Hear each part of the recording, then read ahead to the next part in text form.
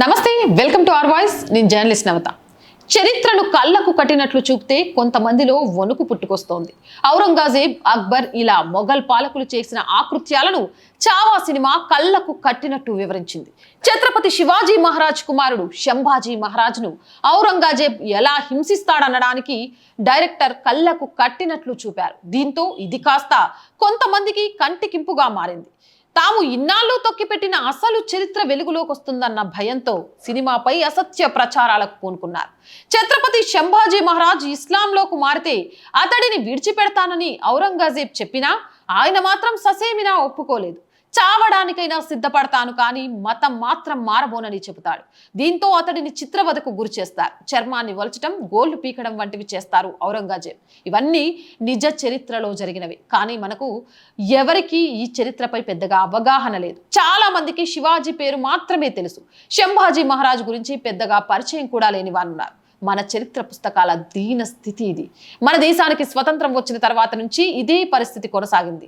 అప్పట్లో సుభాష్ చంద్రబోస్, సర్దార్ వల్లభాయ్ పటేల్ వంటి వారు మన దేశానికి తొలి ప్రధాని అయి ఉంటే ఇప్పుడు పరిస్థితి ఇలా ఉండేది కాదు.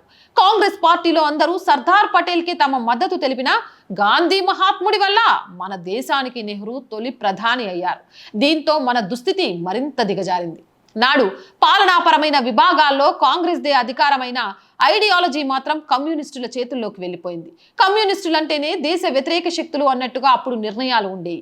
మన దేశాన్ని ఆక్రమించుకోవడానికి చైనా సిద్ధంగా ఉన్నా ఆ దేశంతో మనం పేచి పెట్టుకోకూడదని ఇక్కడ కమ్యూనిస్టులు ఉద్యమించారు. అంటే పరిస్థితి ఏంటో అర్థం చేసుకోవచ్చు. చివరికి 1962 యుద్ధంలో కమ్యూనిస్టు నాయకులు చైనాకు అనుకూలంగా నినదించారు.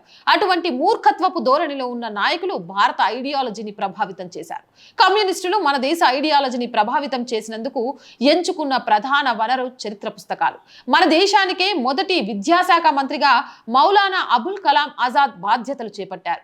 ఆయన హయాం నుంచి మన చరిత్ర పుస్తకాల వక్రీకరణ మొదలైంది. కమ్యూనిస్టులు మన పుస్తకాల్లో వాస్తవాలను వక్రీకరించి పుస్తకాలు రాశారు. రోమిల్లా తాఫర్, ఇర్ఫాన్ హబీబ్ వంటి వారు ఇలా వక్రీకరించిన చరిత్రకారుల్లో ప్రముఖులు. వీరు మొఘల్ రాజులను ఆకాశానికి ఎత్తేశారు.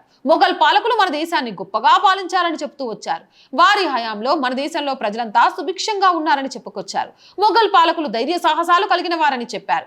మహమ్మద్ గజ్నీ మన దేశంపై దండెత్తినప్పుడు 17 సార్లు ఓటమి పాలైనా పట్టు వదలలేదని, 18వసారి విజయం సాధించాడని రాసుకొచ్చారు. కానీ ఆయనను 17 సార్లు ఓడించి క్షమాభిక్ష పెట్టిన పృథ్వీరాజ్ గురించి ఎక్కడా ప్రస్తావించలేదు. ఛత్రపతి శివాజీ మహారాజ్ వంటి గొప్ప రాజును 5 అడుగుల మరుగుజ్జుగా చరిత్ర పుస్తకాల్లో ఉటంకించారు. అంతేకాదు మొఘల్ పాలకులు మన దేశంలో ఎన్నో దేవాలయాలను పునరుద్ధరించారని అబద్ధాలను కూడా పుస్తకాల్లో రాసుకొచ్చారు. యుద్ధాల సమయంలో ధ్వంసమైన దేవాలయాలను మొఘల్ పాలకులు తిరిగి నిర్మించారని, దీని ద్వారా మత సామరస్యాన్ని చాటుకున్నారని చెప్పారు. కానీ దీనికి సంబంధించి చరిత్రలో ఎక్కడా కూడా ఆధారాలు లేవు. మొఘల్ పాలకులు అవకాశం వస్తే దేవాలయాలను ధ్వంసం చేస్తారు కానీ తిరిగి నిర్మించలేదు. దీనిపై అనుమానం వచ్చిన కొంతమంది రైట్ టు ఇన్ఫర్మేషన్ యాక్ట్ కింద ప్రశ్నించారు. మొఘల్ పాలకులు దేవాలయాలను నిర్మించారని ఆధారాలు చూపమని అడిగారు. కానీ ఇందుకు సంబంధించిన ఆధారాలు ఏవీ లేవని సమాధానం వచ్చింది. దీన్ని బట్టే మన పుస్తకాల్లో అబద్ధాలు ఎంత అందంగా ఉన్నాయో అర్థం చేసుకోవచ్చు. మన పాఠ్య పుస్తకాలన్నీ మొఘల్ పాలకులను పొగడ్డానికే రాశారు తప్ప మన దేశంలోని రాజుల గురించి, వారి గొప్పతనం గురించి చెప్పిన దాఖలాలు చాలా తక్కువ. అందుకే నిజమైన చరిత్ర ఎవరికీ తెలియకుండా పోయింది. అయితే చరిత్ర అన్నది దాచితే దాగేది కాదు. నిజాలు ఎప్పటికీ సమాధి కావు. కాలానికి అనుగుణంగా ఎప్పటికప్పుడు బయటికి వస్తూనే ఉంటాయి. ఇప్పుడు సినిమాల రూపంలో నిజం బయటకు వస్తోంది. ఛత్రపతి శంభాజీ మహారాజ్ పేరు తెలియని వారు కూడా ఈ సినిమా చూసి నిజమైన చరిత్ర ఏంటో తెలుసుకుంటున్నారు. మతం మారనందుకు ఇంతలా హింసిస్తారా అని ఆశ్చర్యపోతున్నారు. మొఘల్ పాలకుల ఆకృత్యాలు చూసి ఆగ్రహిస్తున్నారు. ఇన్నాళ్ళు మనం చరిత్ర పుస్తకాల్లో చదువుకుందంతా బూటకమన్న వాస్తవికతను అర్థం చేసుకుంటున్నారు. ఇప్పటికైనా తాము చరిత్రను తెలుసుకుంటున్నామని ఆనందిస్తున్నారు. కానీ ప్రజలు గనక నిజాలు తెలుసుకుంటే ఇన్నాళ్ళు తాము కప్పిపెట్టిన చరిత్ర అంతా బయటకు వస్తోంది. దీనివల్ల తాము కట్టిన అబద్ధాల కోటలు బద్దలవుతాయి. దీనివల్ల ప్రజల మైండ్ సెట్ మొత్తం మారిపోతుంది. అదే జరిగితే తమను నమ్మేవారే ఉండరని, దేశంలో జాతీయ భావం పెరిగిపోతుందని కమ్యూనిస్టులు వణికిపోతున్నారు. అందుకే ఇప్పుడు చావా సినిమాను తీవ్రంగా వ్యతిరేకిస్తున్నారు. సినిమాలో ఏదో ఒక వంక పెడుతున్నారు. సినిమాను అడ్డుకునే ప్రయత్నం చేస్తున్నారు. అయితే ఇది ఒక చావా సినిమాకే పరిమితం కాలేదు. The Kashmiri files, the Kerala stories వంటి సినిమాలకు ఈ విమర్శలు తప్పలేదు. ఎందుకంటే ఇవన్నీ నిజాలను బయటికి చెప్పే సినిమాలు కాబట్టి. వీటిపై లెఫ్టిస్టులు పెద్ద ఎత్తున దాడి చేస్తున్నారు, సినిమాపై విష ప్రచారం చేస్తున్నారు, సినిమాను చూడకుండా ఉండేందుకు విశ్వ ప్రయత్నాలు చేస్తున్నారు. అయితే వీరికి అర్థం కాని విషయం ఏంటంటే లెఫ్టిస్టులు ఎంతటి విష ప్రచారం చేసినా సినిమా మాత్రం దూసుకుపోతుంది.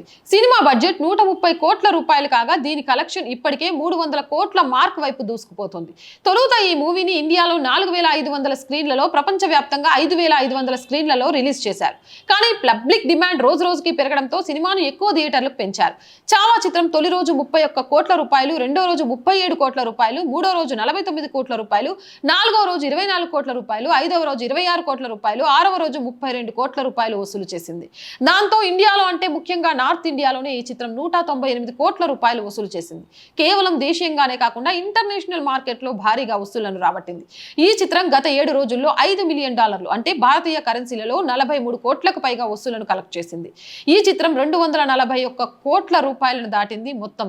ఇక బాక్స్ ఆఫీస్ వద్ద బలంగా నిలుస్తూ అంతర్జాతీయ మార్కెట్లో కెప్టెన్ అమెరికా 4 పోటీని తట్టుకోలేని కలెక్షన్లను సాధిస్తూ దూసుకుపోతుంది. దీనిపై లెఫ్టిస్టులు ఎంత విష ప్రచారం చేసినా ఈ సినిమాకు ఆదరణ మాత్రం రోజు రోజుకు పెరిగిపోతూ గిట్టని వారికి ముచ్చెమటలు పట్టిస్తుంది. ఇలాంటి సినిమాలు చాలా చాలా చాలా రాబోతున్నాయి. పులి బిడ్డ చావా సినిమా చూసారు కదా, ఇప్పుడు పులి ఛత్రపతి శివాజీ మహారాజ్ చిత్రం కూడా 2027లో రాబోతుంది. పృథ్వీరాజ్ చౌహాన్ ఇలా ప్రతి ఒక్కరి చరిత్రను సినిమా రూపంలో మలిచి ప్రజల ముందుకు తీసుకొచ్చి వాస్తవాలను తెలియజేసే ప్రయత్నం చేయాలి. అలా చేస్తున్న ప్రతి ఒక్కరికి కూడా మనస్ఫూర్తిగా ధన్యవాదాలు. ఇలాంటి సినిమాలు ఇంకా రావాలి. శివాజీ మహారాజ్ సినిమా కోసం అయితే మస్తు వెయిట్ చేస్తాను నేను, ఎప్పుడు వస్తుందా అని. మరి మీరు కూడా అట్లే వెయిట్ చేస్తూ ఉంటారనుకుంటున్నా. ఇలాంటి సినిమాల్ని పిల్లలకు తీసుకెళ్ళి చూపించండి రా బాయ్. హ్యారీ పోటరో లేకపోతే పుష్పానో ఇవి కాదు కావాల్సినవి, నిజంగా కావాల్సినవి చావా లాంటి సినిమాలు. అప్పుడే కదా పుస్తకాలలో వచ్చిన అబద్ధాలు ఏంటి అని తెలుసుకొని నిజాలు మెదడులోకి చొచ్చుకొని జాతీయ భావం, దేశాన్ని కాపాడుకోవాలి, స్వరాజ్య ఉద్యమం అంటే ఏంటి అనేది తెలుసుకుంటారు. ఇంకా లేట్ చేయకండి, థియేటర్లకు పోండి. ఏడైనా సీట్లు ఖాళీ కనిపిస్తున్నాయి అంటే మనం అందరం వేస్ట్ అన్నట్టే. ఇలాంటి సినిమాలకు కనీసం 100 రోజులైనా సీట్లు ఖాళీ కనబడకుండా నడవాలి. అవునంటారా కాదంటారా? నేను చెప్పిన ముచ్చట్లో తప్పు ఉందంటారా? కామెంట్ సెక్షన్లో పెట్టేయండి. మోర్ వీడియోస్ కోసం ఛానల్ వెంటనే సబ్స్క్రైబ్ చేయండి. ఇక ప్రతిరోజు చెప్తుందేనండి, దయచేసి ఆర్ వాయిస్కి ఆర్థికంగా చేయుతగా నిలవండి. మీరు చేసే ప్రతి చిన్న సహాయాన్ని కూడా ఈ ఛానల్ నిలబెట్టుకోవడానికి మాకు ఎంతగానో ఉపయోగపడుతుంది. ఆర్థికంగా చాలా సమస్యలు ఉన్నాయండి. ప్రతిరోజు ప్రతి వీడియోలో ఈ అమ్మాయి ఇదే చెప్తుంది అనుకోకండి. ఎందుకు అనంటే ఈ ఛానల్ని ఇంకా ముందుకు తీసుకెళ్ళాలి, ఈ ఛానల్ని ఇక్కడితో ఆపేయకూడదు ఏదో సమస్యలతోటి అనే ఒకే ఒక్క ఉద్దేశం. నేను బ్రేక్ ఈవెన్ చేరుకోవడానికి కావాల్సిన అన్ని రకాల కష్టపడుతూనే ఉన్నాను, కానీ ఇంకా ముందుకు వెళ్ళట్లేకపోతున్నా. కొంతకాలం మీరందరూ సహాయం చేస్తే ఖచ్చితంగా ఈ ఛానల్ ఏదో ఒక రోజు నలుగురికి సహాయం చేసే బ్రేక్ ఈవెన్కి చేరుకుంటుంది అనే నమ్మకం ఉంది. అప్పటిదాకా మీ అంతా తోడుగా నిలవండి. ఆర్థికంగా సహాయం అందించాలి అనుకునేవారు సబ్స్క్రిప్షన్ పక్కనే జాయిన్ అనే బటన్ ఉంది. 1 to 5 లెవెల్స్ ఉన్నాయి. ఏదో ఒక లెవెల్లో సపోర్ట్ చేయండి. లేదా స్క్రీన్ మీద గూగుల్ పే, ఫోన్పేతో పాటు అకౌంట్ డీటెయిల్స్ కూడా ఉన్నాయి. మీకు తోచిన సహాయం చేయడం ద్వారా ఈ ఛానల్ని నిలబెట్టాలి అనే మా కలకు సహకారం అందించిన వాళ్ళు అవుతారు. అలాగే వ్యాపార ప్రకటనల కోసం 8328500576 నెంబర్ని సంప్రదించండి. అలాగే సమస్య ఏదైనా సరే ప్రజా గొంతుకును మా గొంతుకగా వినిపించాలి అనుకుంటున్నాం. ప్రజా సమస్యలను 8328500576 నెంబర్కి వాట్సాప్ ద్వారా తెలియజేయండి. జై హింద్, జై భారత్.